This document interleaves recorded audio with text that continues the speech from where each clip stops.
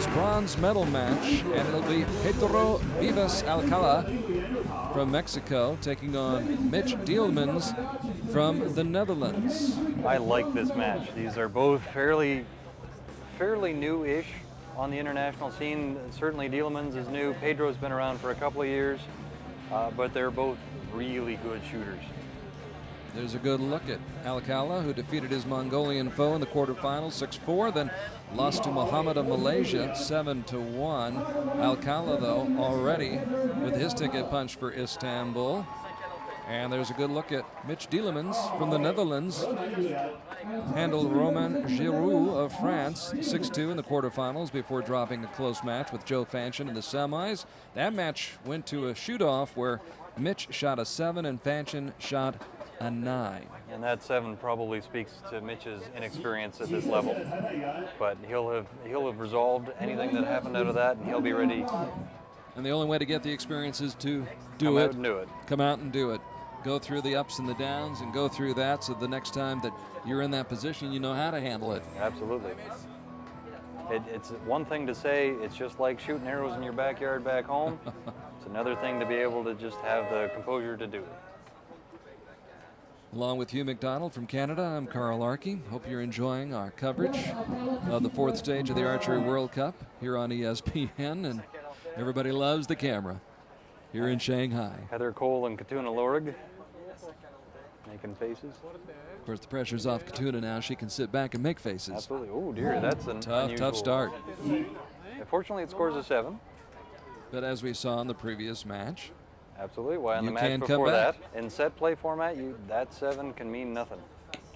It may actually be a great opportunity for him, because if he checks out in some sense from this set and says, now it's time for me to get my form right and get my sight in the middle, he may be able to manipulate that rather rough start into a really solid setup for the next few sets. And with a 9 that close, he's done a good job already. Nice improvement for Alcala. Dielemans' second shot. That looked a little bit sketchy, but it's a good 9, and on that target, he's shooting high right.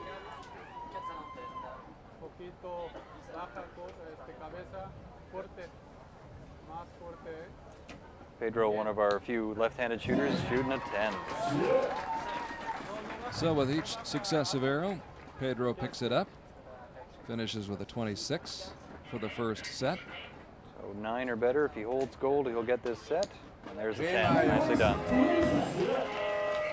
So Dielemans wins the first set and takes 2 points. And Dielemans' coach is Wietse van Alten, also from the Netherlands, and I believe he won the bronze medal at the Olympics in Sydney. So he's got a lot of good experience on the archery field. He'll be able to coach his young shooter through any pressure he might be feeling. Can impart a lot of the wisdom that he's picked up along the way, which is exactly what you could see the smile on the face of Alcala's coach, trying to calm his archer down. Well, also a very experienced coach. The Mexican coach is one of the archer coach they brought in from Korea. Korea seems to have a good business in exporting archery coaches. Yes. So many of the countries have Korean archery coaches, and Mexico is one of those countries who's picked up an excellent coach from Korea. Mitch Dielemans with a 2-0 lead. Means Pedro should be shooting first here. Pedro finished 9th at the World Championships in Torino. Left-handed shooter. Facing the Puhuang River. Nice 10. There we go. He's tracked down the middle. If he just remembers where it is for the next while, he'll be in good stead. Dielemans trying to counter. Oh, that was a big throw, and it's out in the 8 ring. He tried to save it, but it's fun to watch the archers because they'll. It's like bowling or lots of those things. You try to throw the body English on, and it never works. That shot will work for. It will. His Vivas last 2 Alcala. shots of the previous set and his first 2 shots of this set are terribly close together.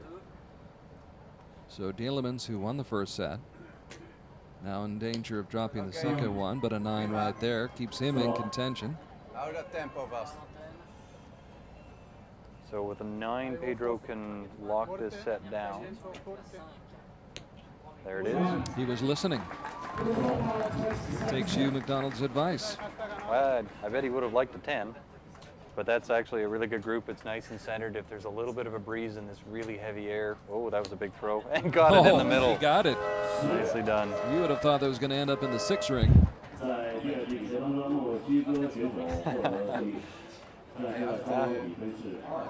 So Dielemans dealing a 10 with his last shot. 28 points right there out of a possible 30 in that set for Vivas Alcala. We're all tied up, two set points apiece. So once again, we see an archer shoot a less than perfect shot to start the match, fall behind 2-0, but able to rally and come back, regroup, and we're all tied up at 2 apiece here in set play in the men's bronze medal match in Shanghai. This is almost becoming a strategy. Shoot your first arrow really terribly because you're going to win the match. Lull your opponent into a sense of false security, eh? No idea. It's not a strategy I ever intend to employ. Here's Pedro with a 10. Wow. He's liking that low 10. Let's talk about the equipment a little bit. You don't see it right here, but that stabilizer bar, I want you to describe to the folks at home what that does. It does actually a bunch of things. So one of its primary uses is it actually helps you hold steady. When these guys have probably between 45 and 50 pounds on their fingers when they're at full draw, and you tend to tremble a little bit. So it helps you to just hold a little bit more still, and it helps your aiming circle to just be a nice little flowing circle.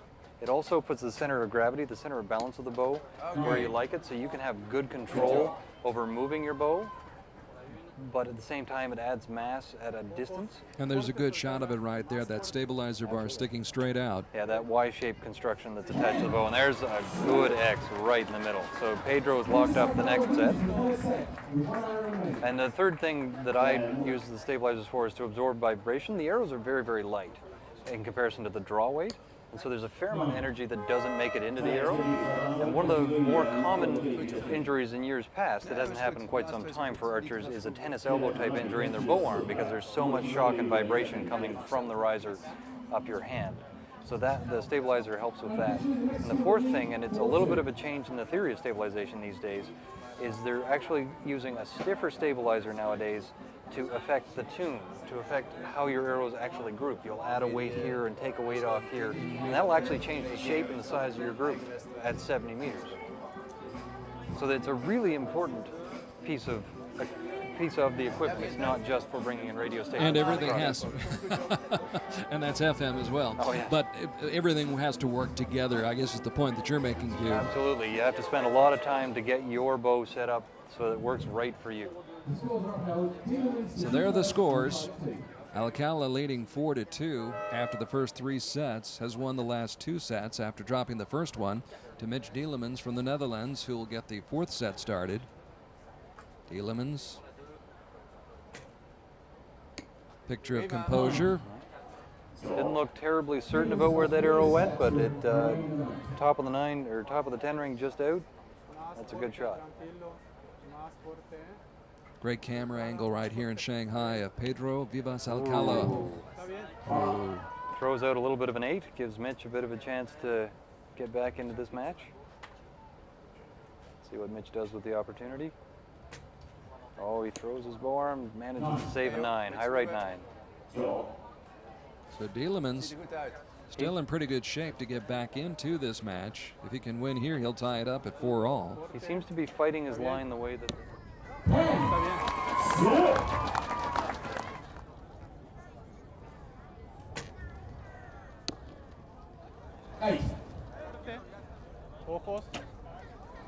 There's a nice 10, and that's the match. Pedro is looking at the right target right there, and there is the set and the match as the youngster from Mexico wraps it up. Fantastic.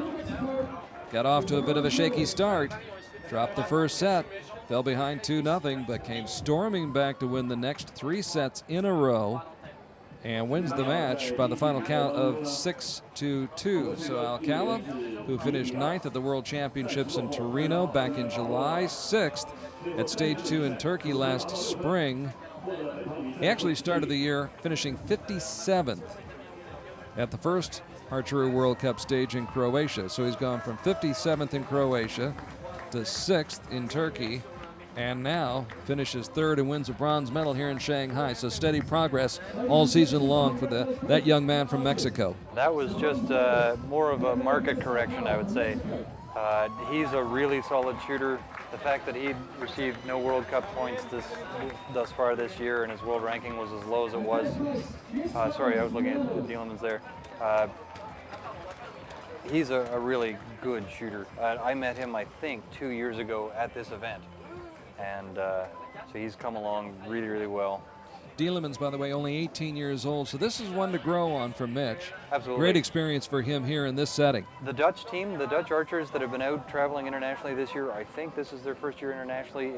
It's a very young team, but the Dutch don't send a team out of country unless they know it's good, and they're good shooters.